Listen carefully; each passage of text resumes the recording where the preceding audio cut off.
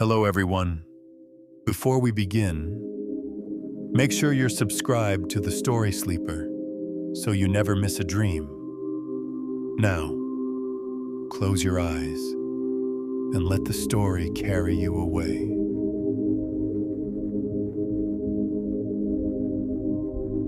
In a quiet country where the air was soft and sweet with the scent of blossoms, where little brooks trickled over smooth pebbles and wildflowers turned their faces to the sun, there lived a woman whose heart was full of kindness, but empty of one longing dream.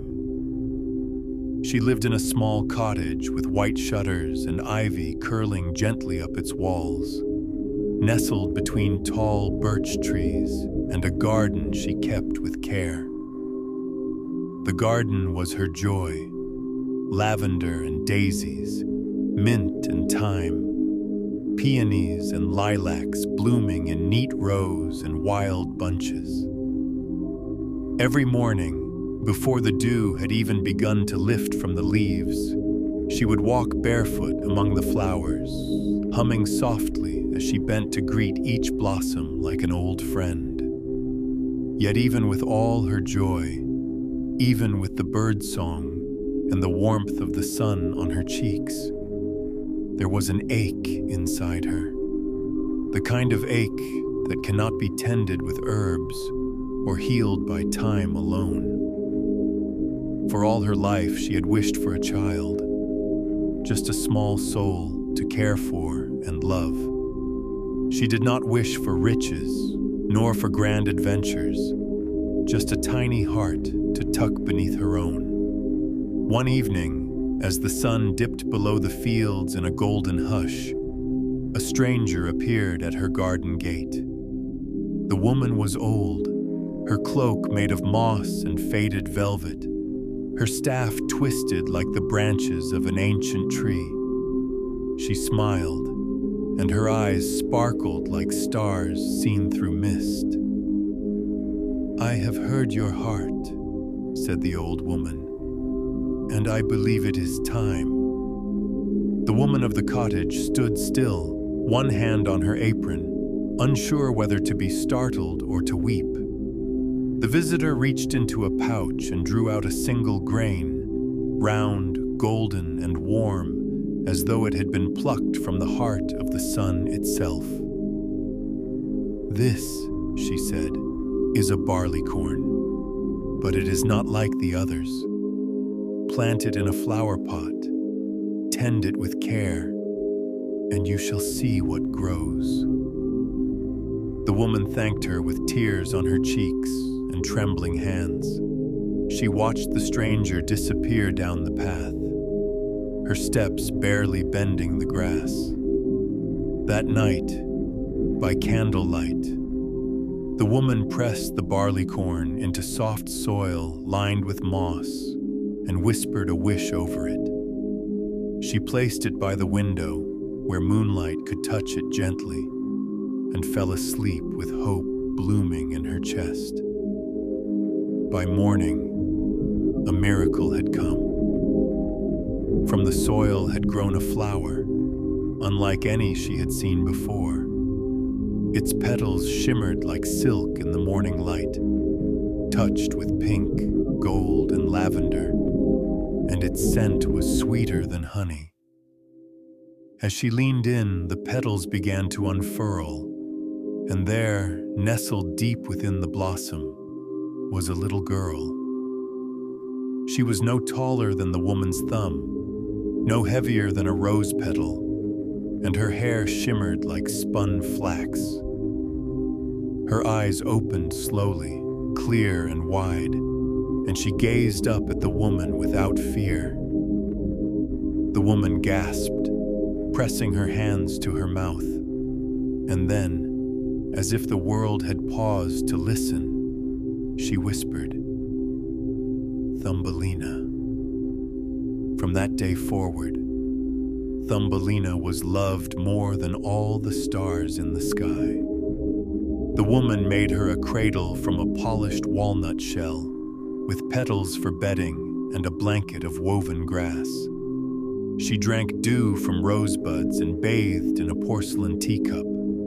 Her days were filled with song, for her voice was clear and sweet, like wind chimes in the spring breeze. She rode on the backs of butterflies and played among the violets, dancing barefoot through moss and clover. The woman, her mother in all but name, watched her with awe. Never had she imagined such a delicate, living miracle. She told Thumbelina stories each night, stories of the stars, of flowers that bloomed under the moon, of creatures who slept in hidden burrows. Thumbelina would curl inside her flower-petal bem and drift to sleep with a smile on her tiny lips. But the world, as gentle as it can be, does not always remain so. One night, when the moon hung low and the crickets chirped in lullabies, a large toad came leaping through the open window. Her eyes were dull and greedy, her body squat and green, and she looked around the room with longing. "A girl no bigger than a thumb," croaked the toad, "perfect for my son." She crept quietly toward the table where Thumbelina slept in her walnut shell, nestled in velvet petals, her breath slow and steady. The toad scooped her up, cradle and all, and leapt out through the window, down the garden path, and across the fields to the edge of a wide, muddy pond. There in the reeds, she placed the walnut shell on a lily pad and called for her son, a lumpish creature with bulging eyes and no voice at all. "She will be your wife," the toad declared. The son burbled and gurgled happily. Thumbelina stirred as morning light touched her cheeks, and when she opened her eyes, the sight of the Gras pond and thick reeds filled her with fear. "This is not my home," she whispered, her voice trembling like a leaf. The toad was gone, off to prepare for the wedding. Thumbelina sat on the lily pad, adrift and alone, the muddy water lapping beneath her like a dark dream. She tried to call for help, but there was no one to hear her, only the croak of frogs and the hum of dragonflies. But luck, or perhaps the soft magic of the world, had not left her entirely. A school of little fish, bright and darting like slivers of light, swam beneath her. They had heard the toad's plan and pitied the tiny girl. "She is too lovely for such a fate," they whispered. With nimble mouths, they gnawed at the green stem that tethered the lily pad to the mud. Slowly, the pad began to drift. Thumbelina held her breath as she floated away from the pond's edge, away from the toads and their clammy dreams. The current took her gently, like a cradle rocking, and soon the reeds fell behind her. She passed banks lined with wildflowers, overhung branches, and sun-dappled ripples. She was free, but also alone, and the world beyond the garden was wide and unfamiliar. Still, she did not weep. She cupped her hands to drink dew, caught crumbs of bread left by birds, and sang quietly to herself in the evenings, her voice blending with the wind. For a time, the river was her companion. She saw turtles basking on rocks, ducks gliding past with their downy young, and once even a deer drinking at dawn, its ears flicking at the sound of the water. But rivers do not go in circles. They carry you forward, always forward. One day, a great butterfly fluttered down and perched beside her. Its wings were pale blue, dusted with gold, and Thumbelina marveled at its beauty. She tied her sash around its thorax and let it pull her lily pad gently downstream, the two of them gliding like a forgotten dream across the glassy surface. For a time it felt like freedom, but fate, like the wind, is ever changing.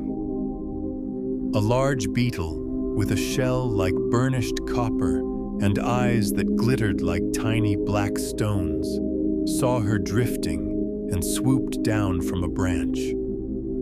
"What a curious creature," he cried, and without asking, he seized her in his legs and carried her away, high into the trees. Thumbelina cried out, but the beetle was deaf to her fear. He brought her to a gathering of his kind, chattering and clicking in the canopy. "Look what I found," he declared proudly. "A flower child." But the others were not impressed. "She has no feelers," said one. "Her legs are far too long," said another. "She is hideous," said a third. The beetle, once so proud, now looked at her with confusion. "Well, perhaps she is strange." And with that, he left her on a leaf and flew away.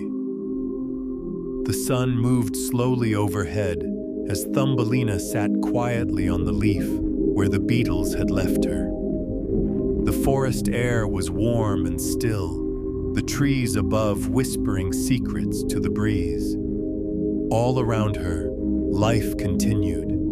Birds trilled their morning songs, bees hummed among the blossoms, and far below, ants marched in determined lines. But Thumbelina sat motionless, small as a whisper, the size of a sigh. She was not sad, not anymore, only still. Her legs were tucked beneath her, and her hands rested softly in her lap. She had stopped looking for the beetle. She had stopped wondering why they found her strange. For the first time since she had left her garden, she was truly alone, with no toad, no fish, no butterflies, and no beetles to disturb her. Only the sky, and the wind, and the slow, steady rhythm of her own breath. In the shade of the canopy, she made a bed from soft moss and wrapped herself in a fallen petal. At night, she listened to the owls. In the day, she watched sunlight dance through the branches. She drank from drops of rain that clung to the leaves and nibbled on seeds and crumbs she found in the hollow of the tree. She learned to be quiet. She learned to be small. She learned that the world was not made for someone her size, but it could still hold beauty if she moved gently through it. Seasons began to shift. The bright green leaves faded into gold, then russet, then drifted down like slow-moving stars. Thumbelina watched them fall. She watched squirrels race to gather acorns. She listened to the geese calling overhead, flying toward places she would never see. The forest cooled, and the air began to bite at her skin. She wrapped herself in dandelion fluff, but the cold crept through. One morning, frost painted the leaves in silvery lace, and Thumbelina shivered in her mossy nest. Winter was coming. She needed shelter. So she climbed carefully down the tree, her tiny fingers clutching the rough bark, and set off through the dry grass. Each blade was like a stalk of wheat beside her, and the wind tugged at her dress with invisible hands. She walked for hours, maybe days. She didn't know. Time passed differently now. She counted by how many times the moon rose and how many times her feet ached. At last, she came upon a burrow hidden beneath a hedge, its entrance round and tidy, framed with woven roots. It smelled faintly of herbs and warmth. She peered inside and saw a flickering light, a table made from a button, and shelves carved into the walls. A field mouse sat at the center, wearing spectacles and darning a sock no larger than a thimble. Thumbelina hesitated. The mouse looked up. "Well now, what's this?" Her voice was soft and sharp at once, like a quilt stitched from kind words and stern glances. "I'm sorry to bother you," Thumbelina said. "I'm cold and alone." The mouse peered at her a long moment. "You're no bother. Come in, no sense freezing out there like a blade of grass." And just like that, Thumbelina found warmth again. The mouse's name was Miss Willow. She lived alone, but her home was filled with tiny comforts, shelves of dried berries, a bed lined with fluff, a fireplace no bigger than a teacup flame. Thumbelina helped her sweep the floors with a sparrow's feather, shell hazelnuts, and sew patches on little woolen blankets. They shared stories at night by the fire, and Thumbelina learned to sing softer songs, songs like snowflakes, like embers falling into ash. She listened more than she spoke. She grew quiet inside herself, like a seed waiting for spring. One day, as winter settled fully over the land, a knock came at Miss Willow's door. It was a mole. He was thick-furred and nearsighted, his snout dusted with soil, and his voice slow as falling earth. "Evening, Miss Willow. Thought I'd pay a call. Bring you some roots." "Well, that's kind of you," Miss Willow replied, ushering him in. "Come, warm yourself." The mole stomped his heavy feet, shook off the cold, and then noticed Thumbelina. He tilted his head. "And who might this be?" "This is Thumbelina," said Miss Willow proudly. "She's been staying with me. Gentle thing and a good worker." The mole squinted. "Small," he said. "Very small, but polite. I like that." In the weeks that followed, the mole visited often. He brought roots and earth nuts, told slow, winding stories of the tunnels he'd dug, and always asked Thumbelina to sing. He sat, eyes closed, head bowed, as she sang by the fire. One day, as they walked together through one of his underground halls, they came upon something strange. A tunnel had caved slightly, revealing a small chamber beyond. Within it, on a bed of dried grass, lay a bird, a swallow. Its wings were folded, its body still. Dust lay on its feathers. "Oh," Thumbelina breathed, stepping forward. Oh, poor thing." "It's dead," the mole said with a grunt. "Useless creatures. Sing too much. No use for singing underground." But Thumbelina knelt beside it and touched its feathers gently. It was cold, but not lifeless. A faint tremor, a flutter beneath the wing. "It's alive," she whispered. The mole shook his head. "Let it be. Nothing good comes of meddling." But Thumbelina said nothing. That night, she returned with scraps of cloth, bits of food, and a drop of warmed water in an acorn cap. She built a nest around the swallow, pressing her own warmth into the bird's side, singing to it in the hush of night. Days passed. Slowly, the bird stirred. Its eyes fluttered open. Its breath deepened. "You saved me," it said, its voice like wind through tall grass. Thumbelina smiled. "I just stayed beside you." The bird, whose name was Willow Wind, grew stronger. He told her stories of skies and mountains, of rivers wide as forests, of flying through clouds so high they touched the stars. And Thumbelina listened with a longing in her chest she couldn't quite name. As spring approached, Willow Wind flexed his wings and looked toward the tunnel's mouth. "I must fly soon," he said. "Will you come?"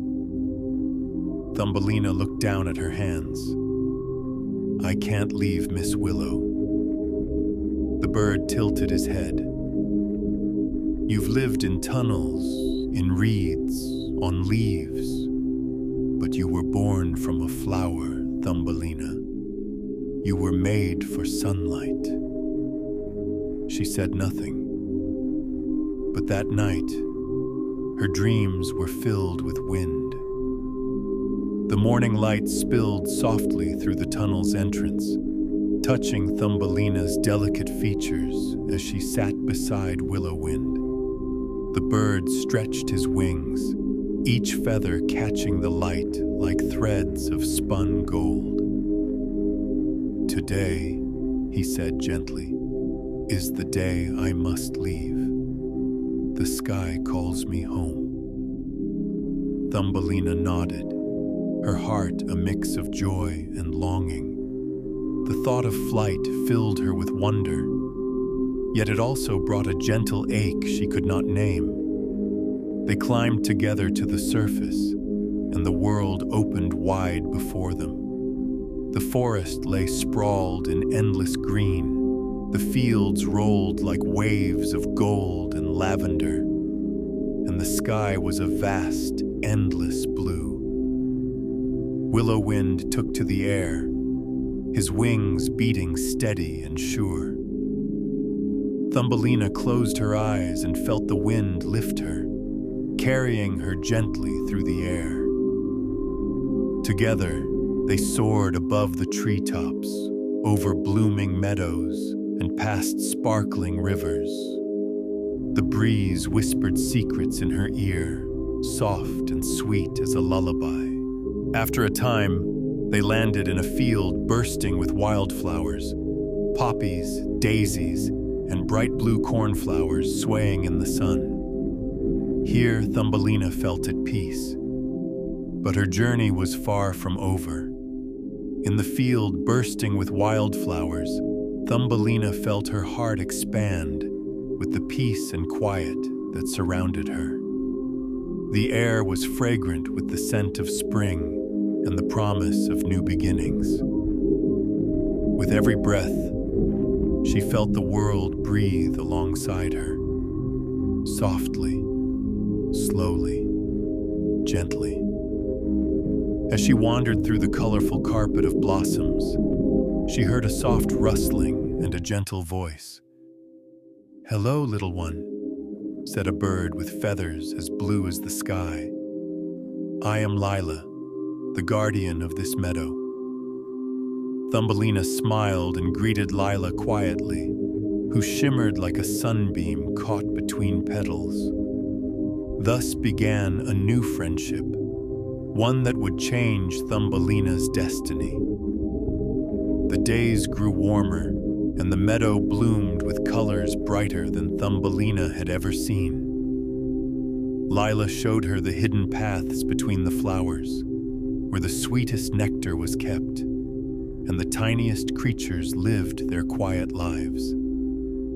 Each morning, the sun would rise gently, painting the petals with soft light, and Thumbelina would sing songs taught by Lila, songs of the earth, of the rain, and of the wind.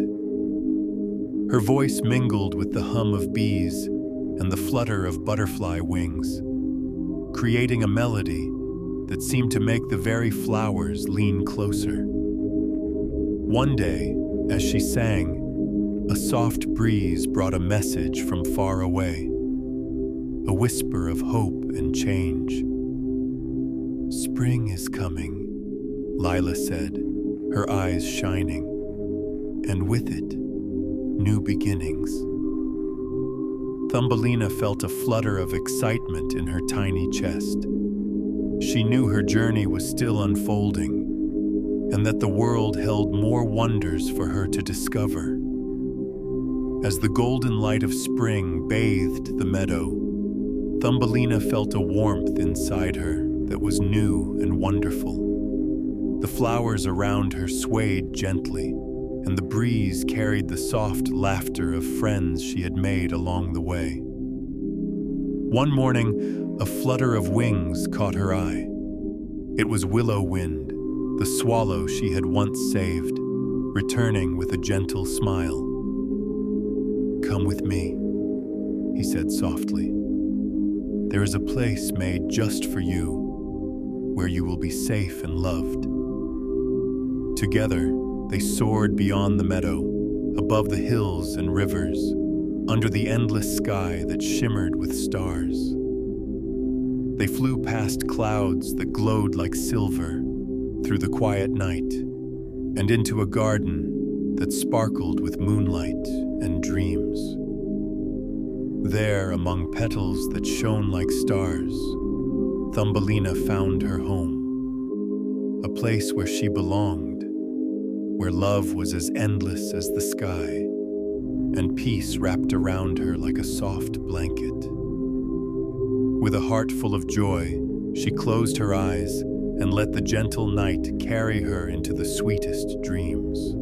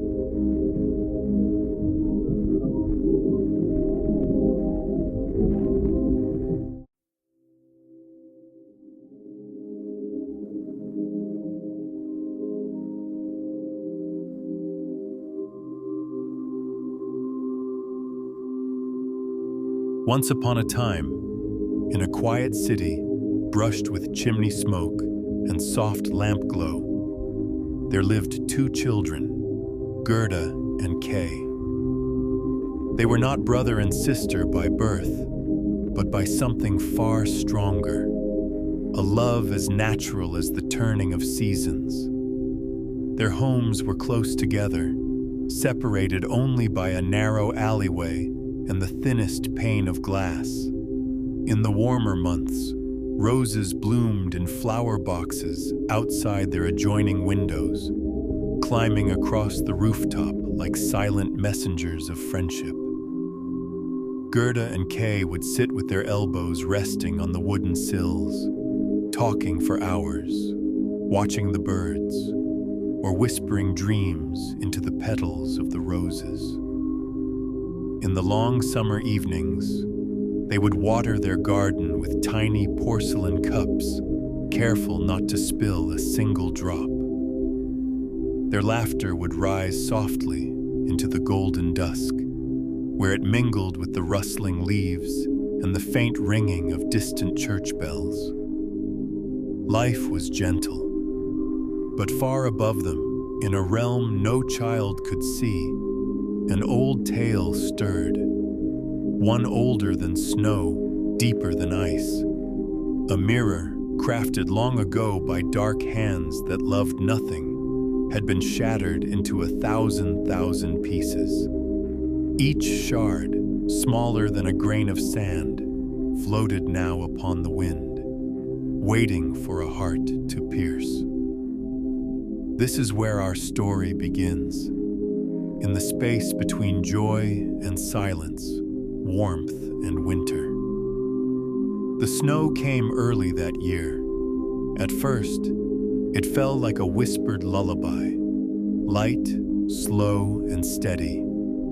Each flake landed with the quiet grace of a dream, blanketing rooftops, softening branches, and turning the alley into a corridor of stillness.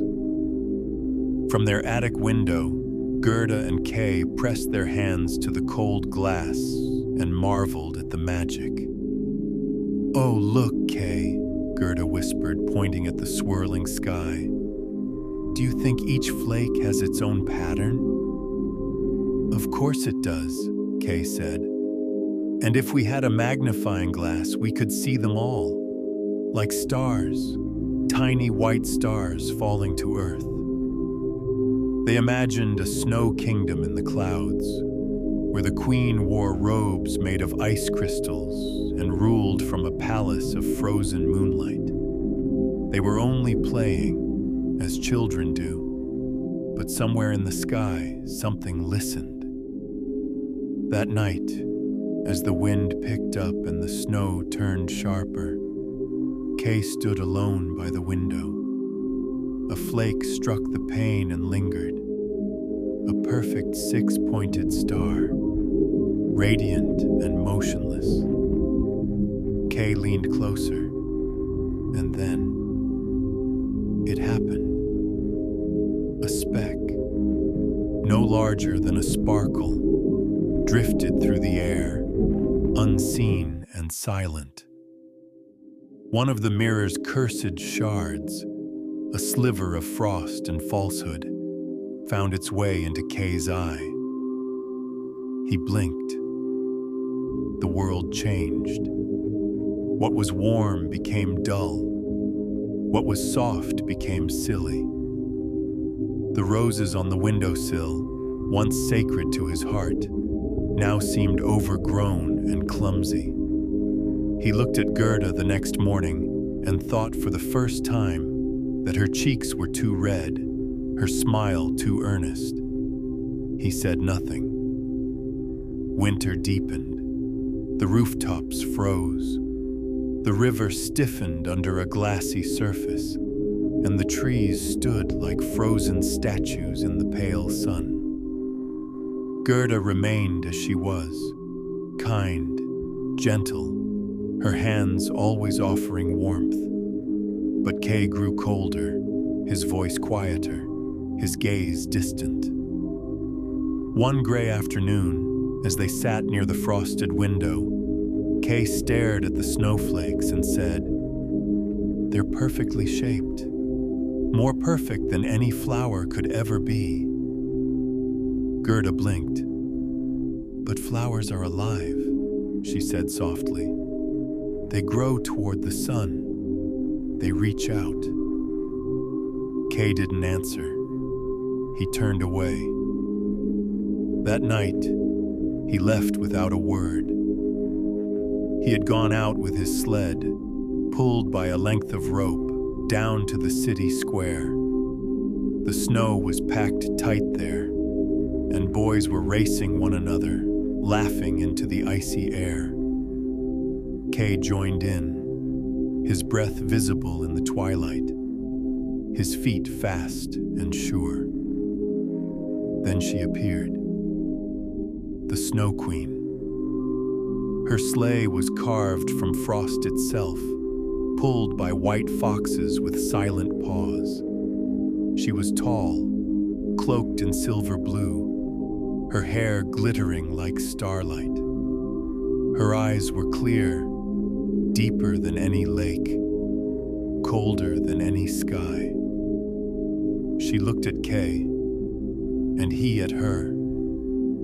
And when she smiled, a thin, shimmering smile, he followed her willingly. No one saw. No one heard.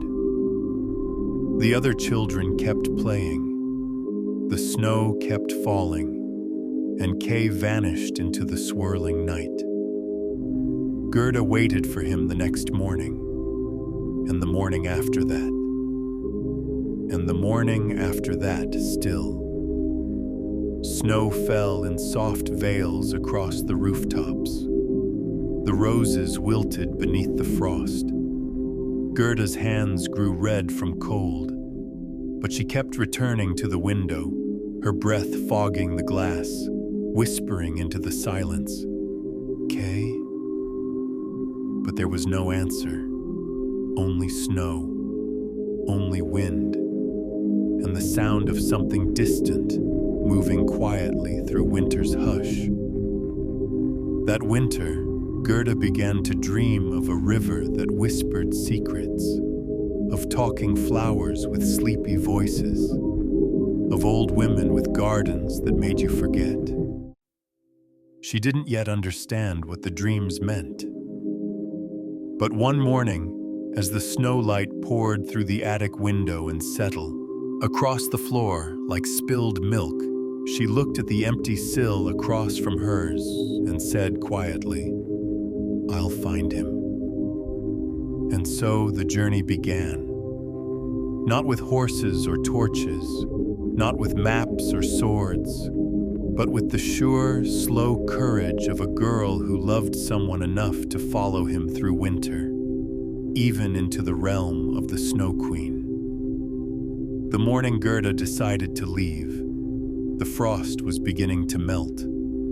Tiny droplets clung to the bare branches like trembling pearls. The rooftops wept into gutters, and the river's edge, once locked in silence, began to whisper. She packed only what a child might consider important: a pair of woolen mittens, a piece of dry bread wrapped in cloth, a small doll with faded button eyes, and a red pair of shoes she had once worn in the garden. She did not say goodbye to anyone, not because she didn't care, but because the goodbye had already happened the day Kay vanished into the snow. She stepped outside into the pale morning. Her feet left soft impressions in the slush, her breath trailing behind her like a quiet spirit. The city seemed to hold its breath as she passed, as though it understood this was no ordinary walk. Down winding streets and across quiet alleys she went, until she reached the riverbank, wide and slow-moving, its surface streaked with silver. The river had always seemed kind to Gerda, as if it were listening. So now she leaned close to its edge and said, "If you took him, give him back. If not, then please help me find him." The river didn't answer in words. Instead, it lapped gently against the bank, as if inviting her forward. There was an old, creaking boat moored among the reeds, half covered in moss and half forgotten. Gerda stepped into it, trusting the river more than she feared the journey. The moment she set foot inside, the rope untied itself, or so it seemed, and the boat drifted quietly from the shore. She did not cry. Instead, she leaned over the edge, watching the ripples trail behind her, watching reflections of clouds pass slowly overhead. The river moved without hurry, winding through meadows and beneath soft canopies of springtime willows. Somewhere in the distance, larks were singing. Hours passed, or perhaps it was longer. Time did not behave in its usual way. Gerda's eyes grew heavy. The gentle sway of the boat, the hush of water, the sighing of reeds, it all blurred together into a dreamy lullaby. When she opened her eyes again, the boat had drifted into a small, hidden cove surrounded by tall hedges. A garden stretched beyond, glowing with colors she hadn't seen since autumn. Yellow daffodils, trembling tulips, bluebells bowing in the breeze. A narrow path of white stones led to a round cottage with a red roof and a chimney that puffed like a sleepy sigh. An old woman stood in the doorway. She wore a patchwork shawl and had hair the color of dandelion fluff. Her smile was warm and wide, and her eyes crinkled at the corners like worn paper. When she saw Gerda, she clapped her hands and said, "Oh, you dear little thing, come, come. You must be chilled to the bone." The garden was warmer than it should have been. It was as though the seasons had taken shelter there. Soft winds, golden sun, bees that buzzed but never stung. The old woman led Gerda inside the round cottage, which smelled of cinnamon and lavender and gently burning wood. "I'll make you tea," she said, "and tell me all about your journey." And so Gerda told her about Kay, the roses, the snow, the sleigh, the silence. The old woman listened kindly, nodding with sympathy, her hands never still, always stirring, arranging, tidying. "You poor child," she said at last. "You must rest. You must stay a while." Gerda's eyes were heavy again, her hands warm, her belly full. She did not notice that the roses outside her window had vanished, nor did she see the old woman take down a tall, slender staff from the wall. Not a cane, but a wand. Nor did she hear her murmur a few gentle words to the flowers. Days passed, or weeks. In the garden, time flowed differently. Gerda wandered among the blossoms, humming to herself, watching butterflies flit from petal to petal. She smiled often, felt no urgency, and only occasionally paused in confusion when something stirred in her memory. A name, a voice, something lost. She would shake her head, and the thought would drift away like thistledown. The flowers whispered to each other. "She's forgetting," said the poppies, gently swaying. "She mustn't forget." murmured the violets.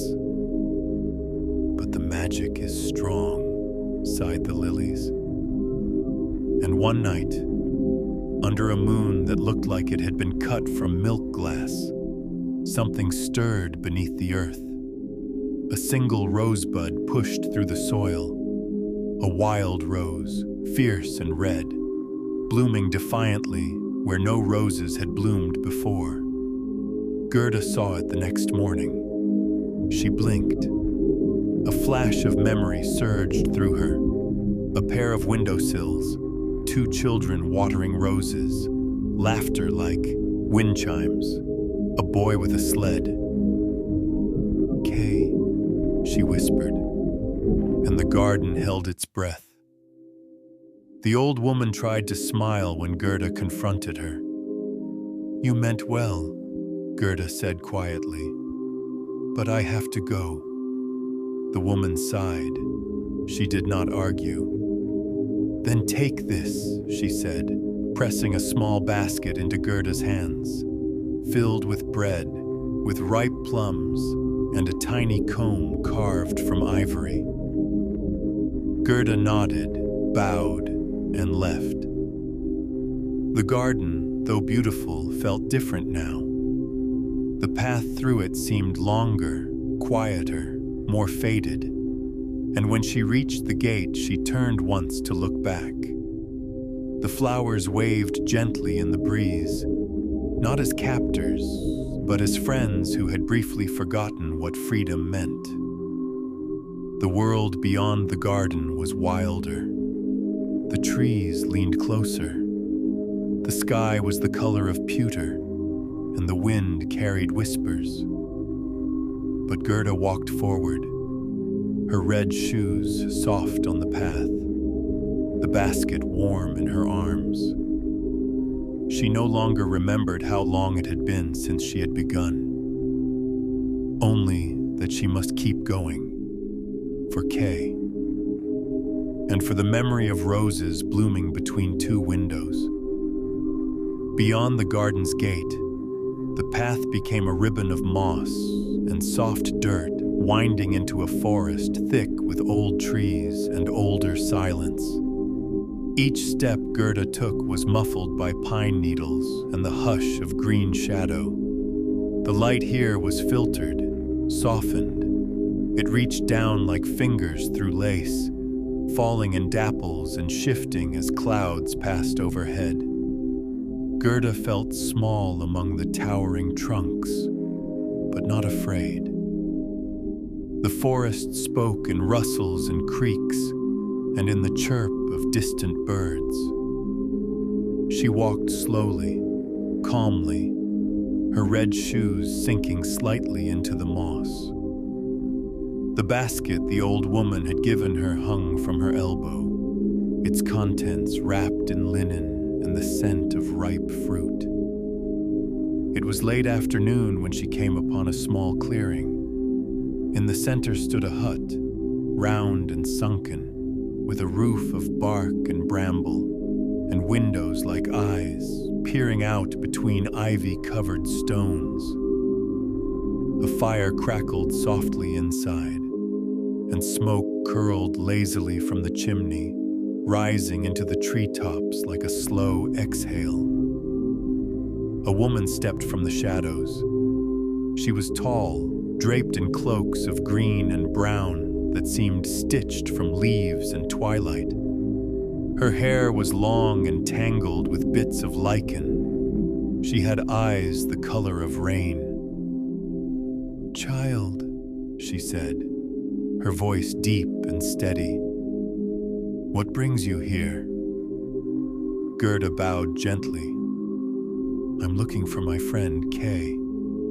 He was taken by the Snow Queen." At the sound of that name, the woman's expression changed, not with fear, but with something quieter, older.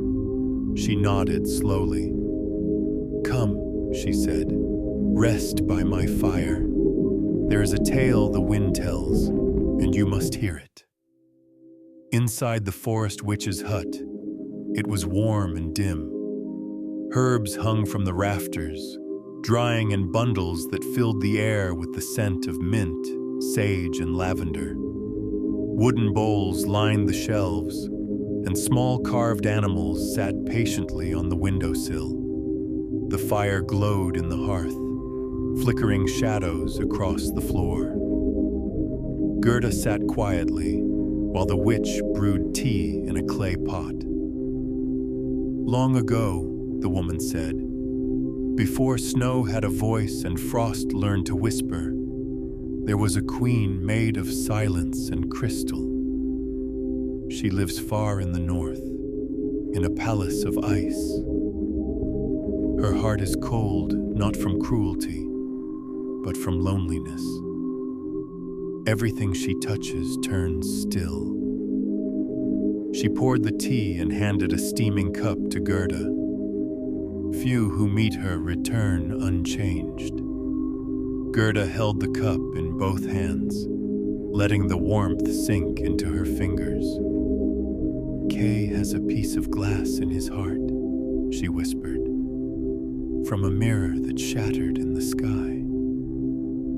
The witch's eyes narrowed gently. Then you are brave to follow him. I'm not brave, Gerda said softly. I just miss him. The witch reached for a small pouch and dropped something into the fire. Blue sparks danced up the chimney. Tonight, you'll sleep here. Tomorrow, follow the birds. That night, Gerda slept on a bed of feathers and moss, wrapped in a quilt that smelled of cedar. The wind whispered gently through the shutters, and the fire faded to a red glow. She dreamed of snow that did not melt, of sleigh bells in the dark, and of Kay, sitting beneath a cold sky, his eyes glassy and far away. At dawn, the witch gave her a walking staff carved from silver birch and a small satchel of berries. Follow the crows, she said. They know the world's forgotten corners. And as if on cue, two crows, one black as ink, the other with a patch of white at his throat, landed nearby with curious sideways glances. They blinked at Gerda, cocked their heads, and with a flutter, flew ahead. Gerda followed. Through the forest they went, the path winding like a lullaby. The crows would pause now and then, waiting for her, then leap into the air with soft caws, guiding her ever deeper into the wood. They led her to a glade where the trees opened like curtains, and there stood a castle, not of stone but of fallen branches woven with vines. At its centres sat a golden carriage, far too fine for the forest, with wheels made of polished oak and lanterns that glowed faintly like fireflies. Outside the carriage stood a girl, no older than Gerda, wearing a crown made of foxglove and frost-bitten silver. Her gown shimmered with the colors of autumn leaves, and her eyes sparkled with curiosity. "Who are you?" she asked. "I'm Gerda," she replied gently. "I'm looking for my friend." The girl smiled. "Then ride with me. The forest ends far ahead, and the snow is waiting." As the carriage rolled forward, the crows perched on either side, speaking softly in riddles. They spoke of places Gerda had never heard of north winds that sang, of wolves that dreamed, and of mountains that remembered every footstep. The girl in the foxglove crown spoke of being raised by robbers and wind, of sleeping in treetops and wearing stars for buttons. But her voice was kind, and when Gerda grew tired, she wrapped a shawl around her shoulders. "Rest now," she said. "We'll ride till morning." And as the carriage glided through the shadows of the wood, past owls blinking from their branches and deer pausing in the undergrowth, Gerda closed her eyes. She dreamed again, this time of roses pushing up through snow, of warmth melting cold, of a boy calling her name. The golden carriage moved gently through the thinning trees, its wheels whispering over fallen leaves and patches of soft snow. Dawn crept into the sky with shy colors, lavender, rose, the pale gold of honey warming in the sun. Gerda stirred beneath her shawl. The girl in the foxglove crown, now dozing at her side, had pulled her knees up and rested her head against the window frame, strands of her hair like threads of copper across her cheek. The crows flew just ahead, quiet now, as if the morning had stilled their riddles. Soon, the trees began to part, and the carriage came to a stop before a strange and solemn structure. A long, low palace built of dark stones, worn smooth by wind and time. The doors were tall and heavy, shaped from weathered wood bound with iron. Each door along the palace wall looked a little different, one rounded, one square, one carved with vines, one with stars. Gerda stepped down, the air crisper now, touched with the smell of snow. Her breath curled in the air like a thought not yet spoken. "This is the palace of many doors," said the girl in the crown, rubbing sleep from her eyes. "It's older than the forest. Some say it dreams." "Which door do we choose?" Gerda asked softly. The girl shrugged with a smile. "You don't choose. It chooses you." The crows fluttered to the palace wall and perched above a door etched with waves and moonlight.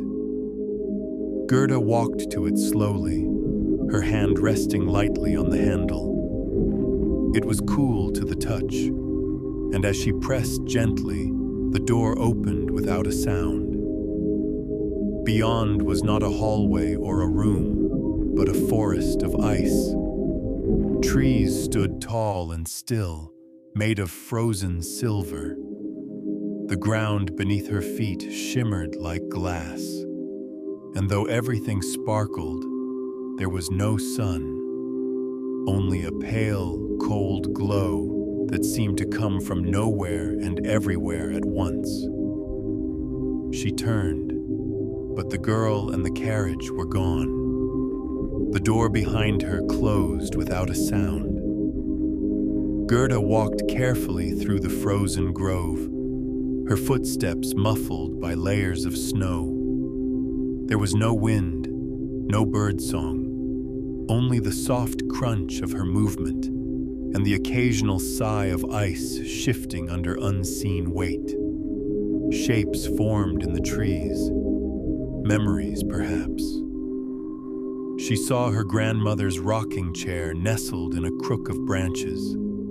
She saw Kay's sled, frozen in mid-slide, a rose in bloom trapped under a sheet of frost. The path opened to a great archway made entirely of icicles, long and thin, like the strings of a silver harp. As Gerda passed beneath, they chimed faintly, a sound like distant bells underwater. At the center of the grove stood a woman. She was cloaked in white and stood so still she seemed part of the landscape. Her face was serene, ageless, eyes pale and deep as winter sky. Snowflakes hovered around her, frozen in place. "I have been waiting," the woman said, her voice as quiet as falling snow. "Are you?" Gerda began. "I am not the queen," the woman replied gently, "but I am one of her echoes. She leaves them behind, like frost on windows. I remember. Gerda stepped closer. Do you know where Kay is? The woman lifted her hand, and an image formed in the air, like smoke and light. Gerda saw Kay, sitting alone on a frozen lake, arranging pieces of glittering ice into patterns. His face was expressionless, his fingers moving mechanically, as if caught in a spell. He is in the north, said the echo, where silence lives. You must go farther still. Gerda's heart ached. But how? The echo knelt and touched the ground. A shape emerged, a reindeer carved from frost and breath, its eyes warm and dark. He will carry you, the woman whispered, but you must hold tight. The wind is sharp and the night long. Gerda bowed her head. Thank you. The woman smiled faintly, and as the reindeer bent its knees for her to climb on, she began to fade, like mist in the morning. Remember, the voice said, almost gone now. The snow does not forget, but it can forgive. Gerda gripped the reindeer's soft neck, her cheek resting against its fur. It smelled of pine and sky. The world blurred as they ran, through silver fields, over frozen rivers, beneath archways of ice and low-slung stars. She did not know how long they traveled. Time softened, as if wrapped in wool. Sometimes the reindeer spoke in dreams. Not far now, it would murmur. The northern lights are waking. They stopped once on a plateau where blue fire danced on the horizon. The sky above them shimmered with ribbons of light, green, violet, gold, like brushstrokes on black velvet. An old woman sat by a stone, wrapped in sealskin and silence. She offered no name, only soup warmed over embers and a blanket made of wind. Gerda ate slowly, watching the sky, while the reindeer drank from a hollow filled with starlight. You follow love, the old woman said, gazing into the fire. That is the strongest magic. Even the cold must yield to it. Gerda nodded, not speaking. Sleep now, the woman whispered. The last leg of your journey begins with dawn. And so, wrapped in fur and dreams, Gerda slept under the shimmer of the aurora, the snow silent around her, the stars above her blinking slowly, gently, into stillness. When Gerda awoke, the sky was pale as pearl, and a hush had settled over the world, deeper even than before. Snow no longer fell. It waited, still and unmoving, a soft white blanket upon the land. The reindeer stood near, its breath rising in quiet clouds. The old woman had vanished without a trace, save for a ring of smoothed stones and the lingering warmth where the fire had been. Gerda stood slowly, wrapping her cloak tightly, and placed her hand on the reindeer's neck. No words were spoken. None were needed. They began again. Hours passed, or days. Time blurred in the whiteness. The world had become a vast canvas of silence. Mountains rose like sleeping giants in the distance. Frost etched lace upon the reindeer's fur. Gerda leaned into the warmth of its back, her breath steady and calm. And then, at last, they reached it. A vast lake stretched before them, frozen solid and gleaming like a sheet of opal. No snow lay upon it, only glassy, endless ice, clear enough to glimpse shadows deep beneath, swirls of memory, flickers of dreams, shapes that danced and then disappeared. In the center stood the palace. It rose from the ice like a sculpture, all sharp angles and perfect lines, made entirely from snow and frozen wind. Its towers shimmered faintly, as though breathing with light. There were no guards, no gates, only a quiet knowing that this was the very heart of winter. The reindeer stopped. Its task was done. Gerda climbed down and pressed her forehead against its warm fur. "Thank you," she whispered. The reindeer bowed its head, then turned and walked slowly back into the white, its hoofprints already fading. Gerda stood alone. She stepped onto the ice. Her boots made no sound. The wind had stilled, and her breath felt thin, as if the cold had taken sound itself. The closer she came to the palace, the more she felt time pulling at her, not rushing, not racing, but slowing, like snowflakes falling through molasses. The door opened at her touch. Inside, the air shimmered with cold. The walls were smooth and endless, glowing with a pale inner light. No torches, no fire, only ice, so pure, it looked like cut diamond. She wandered slowly, her fingers brushing the surfaces. The palace did not echo, it swallowed sound. Even her heartbeat seemed gentler here. Then he saw him. Kay sat upon a wide platform made of snowflake-shaped ice. His eyes were blank, his lips pale.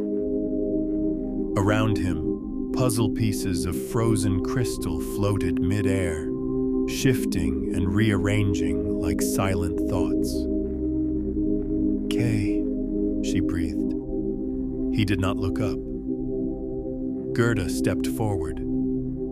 "Kay," she said again, more firmly. "It's me. It's Gerda." Still he sat, unmoving. A thin shimmer of frost clung to his hair and lashes. She reached out and took his hand. It was cold, not only to the touch, but cold with forgetting. Cold with stillness. Cold with the hush that lives where memory has gone. She brought his hand to her cheek. "I came all this way," she whispered. "I crossed rivers and forests, gardens that made me forget, and winds that tried to carry me away. But I held on because I know you. I know your laugh. I know the stories we told in the attic. I know the rose bush. I know your tears and your joy." A single tear slid down her face and touched his fingers. A sound, soft, like a bell far away. Kay blinked. His lips moved, just barely, and he whispered, "Gerda." She smiled, her eyes shining. Yes, it's me." A crack echoed through the palace, not loud, but resonant, like a frozen branch shifting in spring. The floating ice pieces around him stilled, then began to fall softly, melting into glittering dust before they reached the ground. Kay looked around, dazed. His cheeks flushed faintly. I dreamed of snow, he said. I was trying to spell something, but I forgot. It doesn't matter, Gerda said gently. You're here. You're back. He reached up and touched her cheek, as if to confirm it. You're real. Yes. And just like that, the cold began to ease. The palace trembled faintly. The walls began to soften, not crumble but melt in peace, like icicles giving way to morning sun. The air grew gentler. Light shifted. Together, they turned and walked toward the great doors. As they passed, snowflakes drifted from the ceiling, but no longer sharp, no longer biting. They landed on Gerda's shoulders like blessings, on Kay's hand like forgiveness. And as the door opened once more, a warm wind blew in. The lake no longer gleamed with harsh ice, but shimmered with tiny cracks and pools of thawing water. The first robin of the season sang from a tree whose branches had just begun to bud. Waiting at the lake's edge was the reindeer, and beside him, the crow, the girl in the foxglove crown, the old woman with the sealskin coat. Even the talking flowers, now grown tall and sleepy, nodded from the forest line. They had come to witness the return. Gerda and Kay climbed atop the reindeer's back, and it turned without prompting.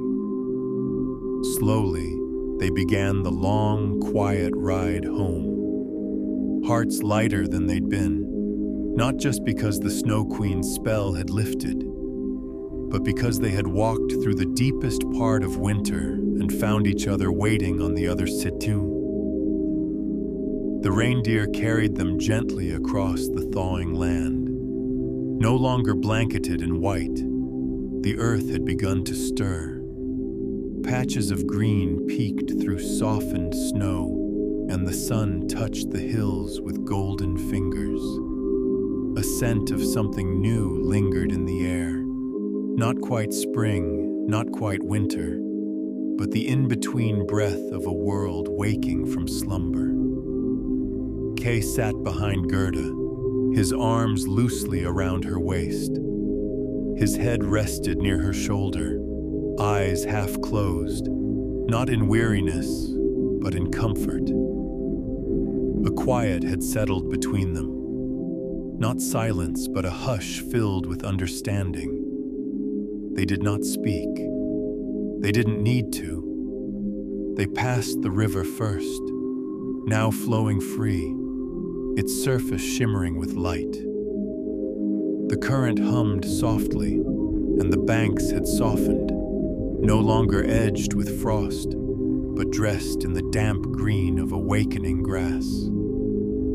Gerda looked down and whispered, "Thank you," to the waters, and the river replied in ripples and sparkle, its music carrying her words away. Next came the woods. The trees that once whispered and leaned now stood straight and still, their branches heavy with waiting buds. A fox watched from between the trunks, its eyes bright and unafraid. Birds returned to the air, their wings slicing through the quiet with grace. It was as if the world had been holding its breath, and now, with the children's return, it exhaled in relief. They stopped once, not from weariness, but reverence. Before them stood a garden gate, rusted slightly, tangled with ivy and perfectly familiar. Gerda dismounted and ran her fingers across the wood. "We're almost there," she whispered. Kay stepped beside her. His eyes scanned the gate, the path, the trees beyond. Slowly, wonder bloomed across his face, a warmth she remembered from childhood. He said softly, "The roses. Do you think?" She smiled. "Let's find out." The reindeer waited outside as they stepped through the gate. The garden had grown, not wildly, not overgrown, but deeper, wiser. Its paths were covered in moss, its corners filled with the hum of bees. Flowers leaned toward them as they passed, recognizing familiar footsteps. At the center stood the rose bush. It had survived the snow. Its branches had thickened. Its roots had reached deeper. And now, in this moment, a single bloom unfurled. It was red, deep and velvety, like memory, like a heart rediscovered. Gerda and Kay stood hand in hand, watching it open petal by petal. Then Kay began to cry, not from sorrow, not from fear, but from the fullness of all things, of the journey, of the returning, of the remembering. Gerda didn't speak. She only reached up and wiped a tear from his cheek. It glistened in the morning sun like a jewel. They sat beneath the rose bush as the day moved gently overhead. Around them, the world rustled, in trees, in petals, in quiet winds. Life returned, not with noise but with grace. The stories they had once told each other as children drifted back into their minds. Not all at once, not in detail, but as feelings, like warmth, like sunlight on skin. Kay looked at Gerda. "I thought I was lost." "You were," she said softly, "but only for a little while.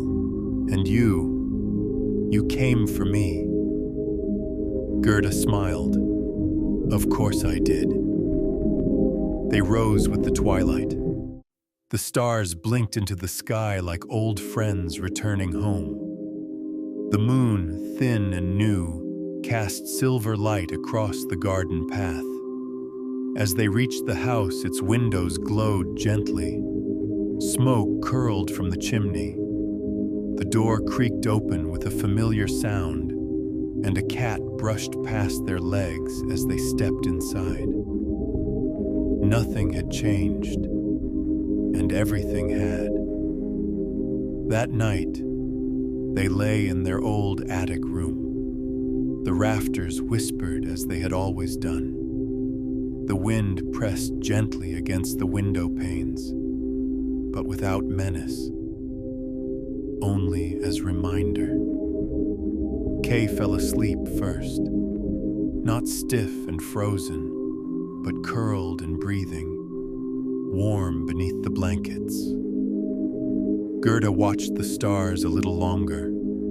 Then, with a long, peaceful sigh, she turned on her side and let sleep claim her too. And far to the north, in a land still kissed by snow, the Snow Queen sat quietly in her palace of soft ice and silence. She said nothing.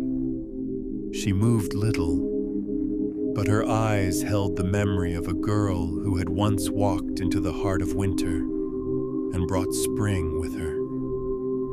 The queen closed her eyes, and even in the quiet, something somewhere began to thaw.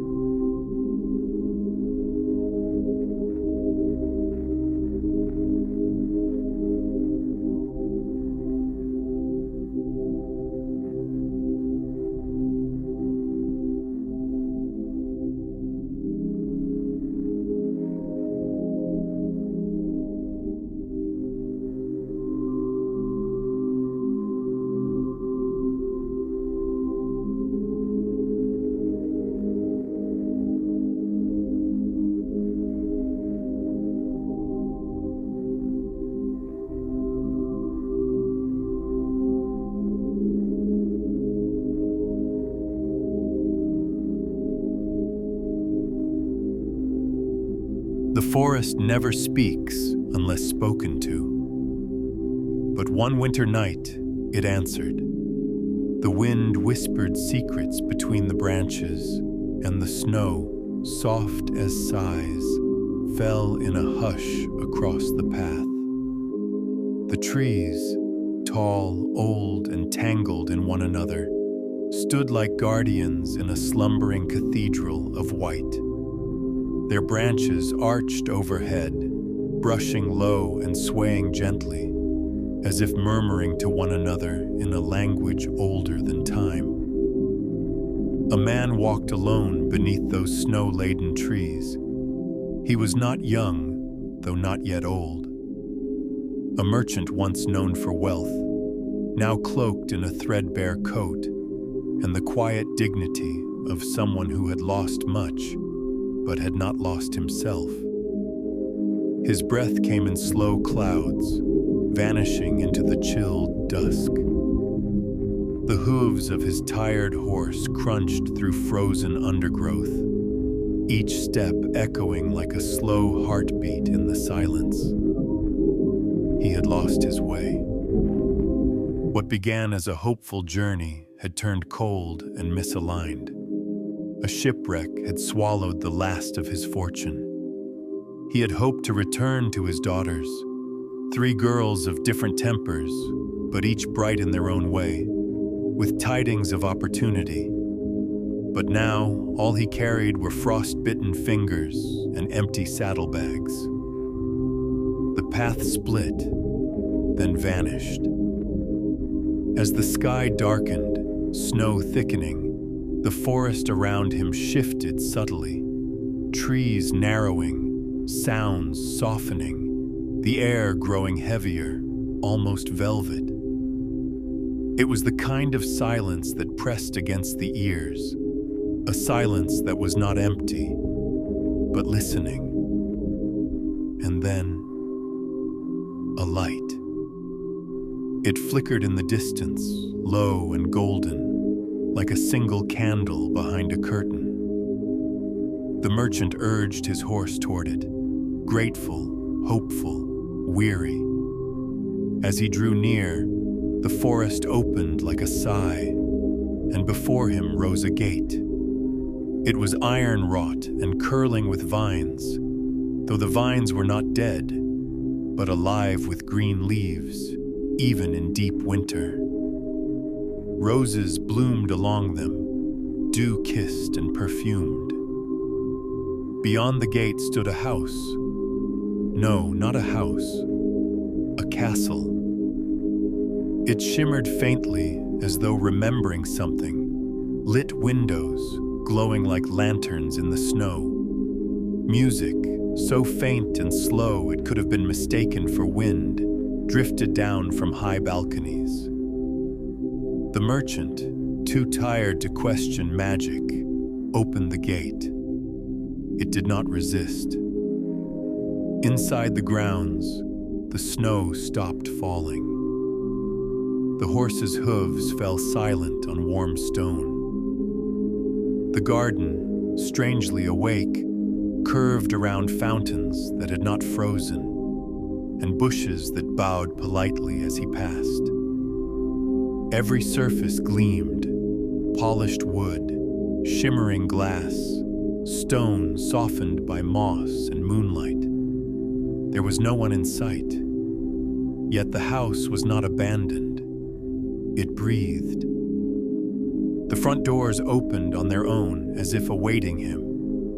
Within, warmth, gentle firelight flickered across marble and velvet. A long corridor stretched before him, lined with candelabras that lit one by one in his presence. No footsteps echoed, and yet the hall did not feel empty. It felt aware. Still, the merchant entered. At the end of the hall, a room waited, a dining chamber filled with warmth and scent. Roasted chestnuts, sweet honeyed bread, spiced wine steaming in a cup that looked recently poured. No voice spoke, no servant came, But the invitation was clear. Hunger overruled fear, and the merchant ate, slowly at first, then gratefully. Every taste reminded him of better days. He wept, just a little, silently and only once, into the edge of a linen napkin no one had offered him. When he finished, a door at the far end of the chamber opened. Beyond it, a bedroom glowed softly with low light. The bed was turned down. The air was perfumed with lavender and cedar.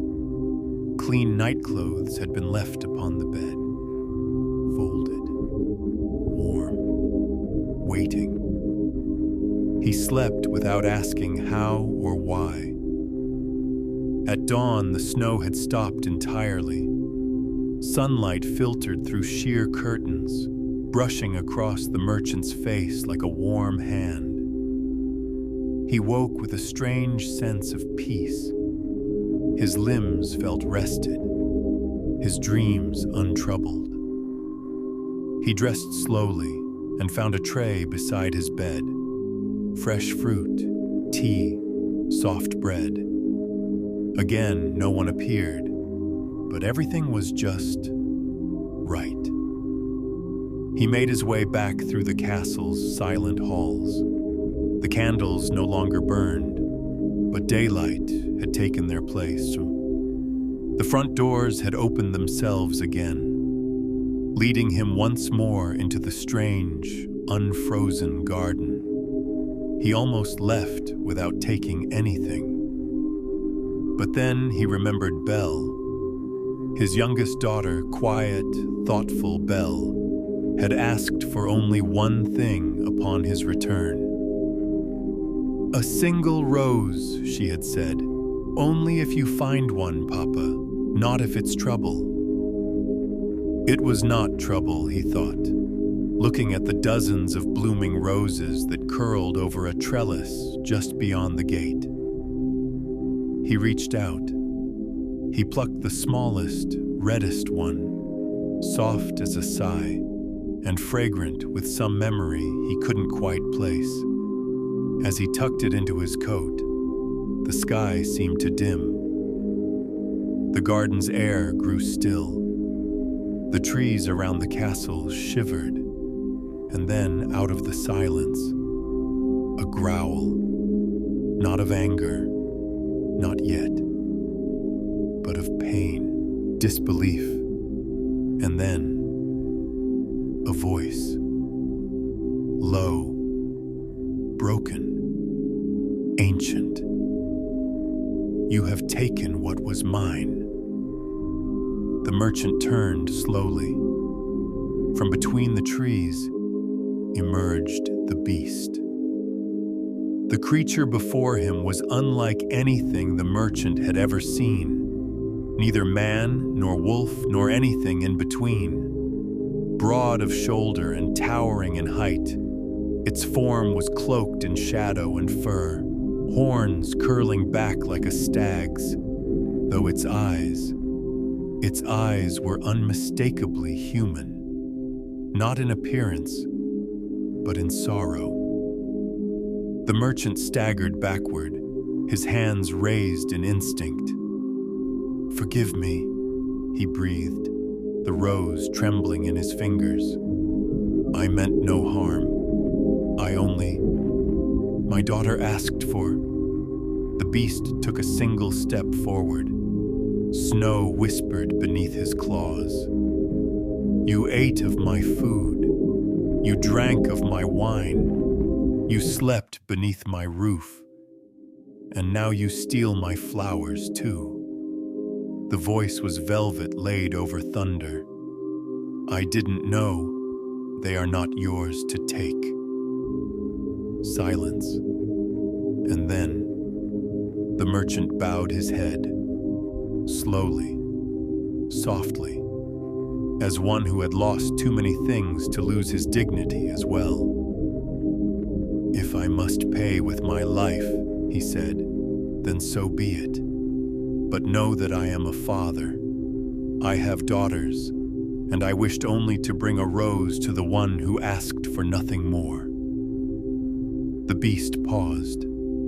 The wind grew still again. Then, in a voice low and bitter, "You say you have daughters." "Yes," the merchant said. The beast stared into the middle distance, as if remembering something older than snow. "Then let one take your place." The merchant blinked. My daughter?" "You may go," the beast said, "but one must return, willingly. She will live here in your place. I shall not touch her nor harm her, but she will remain." The merchant's heart beat painfully in his chest. He opened his mouth to protest, then stopped. He saw no cruelty in the beast's face, no hunger, only loneliness, deep as night. Still, he hesitated. "What if she will not come?" he asked. "Then you shall return in her place." The silence returned, a cold, pressing thing. Then the beast stepped back, slowly. "You have 1 week." The forest did not hinder him on the way back. In fact, it almost hurried him, paths opening where none had been, snow melting softly from his horse's hooves. The sky lightened, time bent. He reached home in a single day. His daughters rushed to meet him. The eldest, proud and sharp. The middle one, pretty and vain. And Belle, dear Belle, with eyes like candlelight and a soul spun of gentle stars. They rejoiced to see him, though they could sense something unspoken beneath his smile. At supper he told them the tale. The eldest scoffed. "Who would ask such a thing? It is a trap." The middle one wept. "He should have taken you at once." But Belle only listened, quietly, entirely. And then when her father had finished, she spoke. "Then I will go." "No," the merchant said, "never. You said he would not harm me. He is a monster." "Then perhaps," Belle said gently, "he is lonelier than we can imagine." The room went still. The elder sisters protested. The merchant wept. But Belle simply packed. It was dusk again when they reached the edge of the forest. Belle kissed her father's hand and stepped alone through the ancient gate. The castle had not changed. Its windows glowed softly. Its halls sighed with a breath unseen. Candles lit before her. Doors opened with silent grace. She was expected. At the center of the main hall, she found a note, neatly written in gold ink upon parchment. "You are welcome here. You are free to go whenever you wish. But if you stay, you shall be safe." The beast, no demands, no chains, no locks. Still, something in the air told her that promises made here mattered more than those made elsewhere. Dinner was prepared in silence. The plates served themselves. A rose sat in a vase at the end of the table, identical to the one her father had brought her. It leaned toward her as if listening. Belle ate, slowly, carefully, and then, just as the last spoonful passed her lips, the beast appeared. He stepped into the candlelight, his shadow long against the polished floor. Belle did not cry out.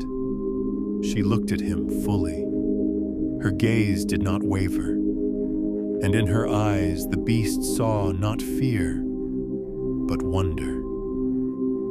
"You are not what I expected," she said softly. "And you," the beast replied, his voice wrapped in quiet thunder, "are more than I deserve." Each evening they dined together. The beast would appear at dusk. He would ask her how her day had been. She would tell him of books she had found in the library, of gardens she had explored, of birds she had watched nesting on the balcony, and each night, without fail, just before she rose from the table, he would ask, "Belle, will you marry me?" And each night, gently, she would reply, "I cannot." The beast would bow his head and disappear into the shadows once more. Days passed, though Belle could not tell how many. Time inside the castle did not behave the way it did in the outside world. Mornings arrived like sighs, and evenings folded in as though gently closing a book. The sun never beat down harshly, nor did the wind ever howl through the halls. Instead, light moved as if in a dance, filtering through tall windows with the golden hush of memory. Belle spent her days wandering. She discovered rooms filled with gentle wonders, a greenhouse where glass butterflies fluttered among silver-leafed trees, a music chamber where invisible instruments played lullabies that stirred the heart, and a long, winding hallway lined with portraits, some familiar, some strange, all painted with eyes that seemed to follow her with silent hope. She read often. The castle's library was a dream, thousands of books, each one seeming to choose her rather than the other way around. Some whispered their words softly as she read. Others glowed faintly as though warmed by her touch. Stories of distant kingdoms, forgotten princesses, lonely wanderers, enchanted forests. Each tale soothed her like a hand brushing through her hair. Every evening, the beast would join her for supper. He never sat too close, always just far enough that the flickering candlelight only partially revealed his features. His voice was deep, yet somehow soft, like a cello played at twilight. He asked her questions about the books she read, about her dreams, about her childhood. And though he rarely spoke about himself, Belle began to feel that each silence he left was a kind of secret, gently offered. Sometimes she caught him watching her, not in hunger or possession, but with something much more fragile, as though he could not believe she was real or that she would stay. And still, each night he asked her the same question, his voice quieter with each repetition. "Belle, will you marry me?" And always, she would lower her eyes and say, "I cannot." Not out of fear, not out of disgust, but because something in her heart still waited for a kind of love she could not name, though its shape hovered at the edge of her mind. One morning as she walked through the rose garden, where no petals ever fell and no thorns ever pricked, she came upon a small mirror resting on a stone bench. It was framed in gold filigree, delicate as lace, and though the glass shimmered as if caught in water, it stilled when she touched it. "Show me my father," Belle whispered, not aloud, but in her heart. And the mirror obeyed. She saw him at home, sitting in the corner by the fire, looked paler than she remembered. His coat hung loosely over his shoulders. His eyes were clouded with worry. He clutched the rose Belle had left behind on the morning of her departure. The fire burned low. He coughed. She gasped. The mirror faded to silver. That night, when the beast came to dinner, Belle could not eat.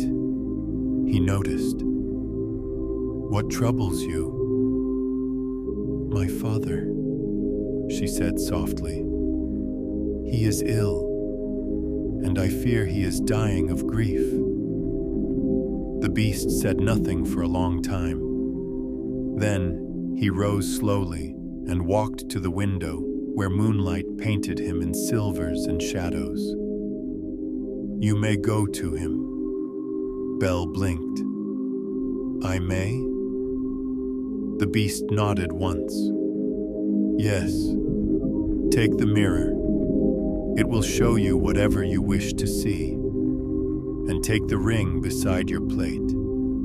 If you place it on your finger and wish to return, you will wake here. But promise me." His voice faltered, then steadied. "Promise me you will return." "I promise," she whispered. "Within a week." She hesitated, then nodded. "Within a week." The beast bowed his head. "Then go." The next morning, she awoke in her own bed. The covers smelled of home. Sunlight filtered through the shutters. Birds sang in the trees outside. It felt like a dream she had once had as a child. Warm, distant, precious. Her father, upon seeing her, burst into tears. He held her as if she might vanish again. And Belle, though tired from her own sorrow, stayed by his side every moment. She read to him, fed him, laughed with him. And slowly, like a bud unfolding in spring, the color returned to his face. Her sisters were surprised to see her. Their faces turned as pale as their silks. They stared at her fine clothes, at the way her voice had softened, at the way her eyes no longer darted about nervously. She was changed, though they could not say how. One day became 2, then 3. And though Belle remembered her promise, each evening brought a tangle of emotion. The castle and its enchantment felt farther away in the daylight. The beast's sorrowful eyes blurred in her mind. The mirror remained untouched on her dresser, and the ring rested silently beside it. But on the 7th night, she dreamed. She dreamed of the garden, of the rose bushes turning brown, of windows darkening, of the music room lying silent, and of the beast lying still in the snow-covered courtyard, breath shallow, eyes closed, waiting. She woke with a cry. The invisible servants prepared everything in perfect harmony. Dancing candlesticks, blushing teacups, even the antique clocks chiming in time. Belle's father was brought to the castle in a fine carriage, restored to health and joy by the news of his daughter's happiness. When he saw her standing beside the prince, radiant in a gown spun of starlight and peace, he wept without shame. There were no crowds.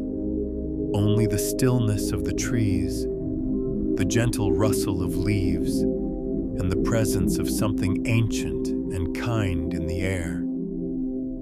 When they spoke their vows, it was not just a promise between 2 people, but between 2 souls, long lost and now found again. Afterward, they danced in the great ballroom, the prince holding her close, not with possessiveness, but with wonder. "You are still the girl from the village," he whispered, "but you have become something more, something no one else could ever be." Belle rested her head on his shoulder. "And you are still the beast I knew, but gentler now, and loved."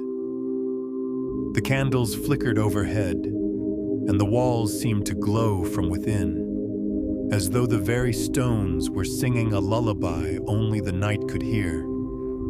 And in the days that followed, life unfolded softly.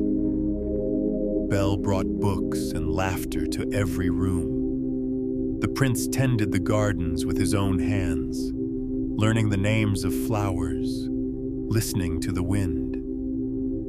They walked together often, speaking not always in words, but in the silences that bloom between people who understand one another.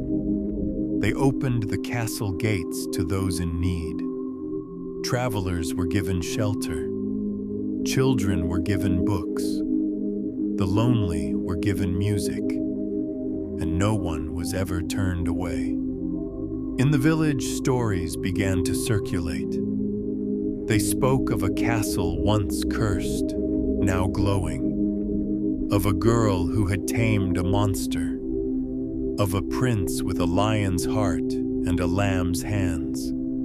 And most of all, they spoke of love, the kind that is not loud or swift or bursting, but slow, deep, patient. The kind that holds even when it hurts, the kind that heals even when it cannot explain how.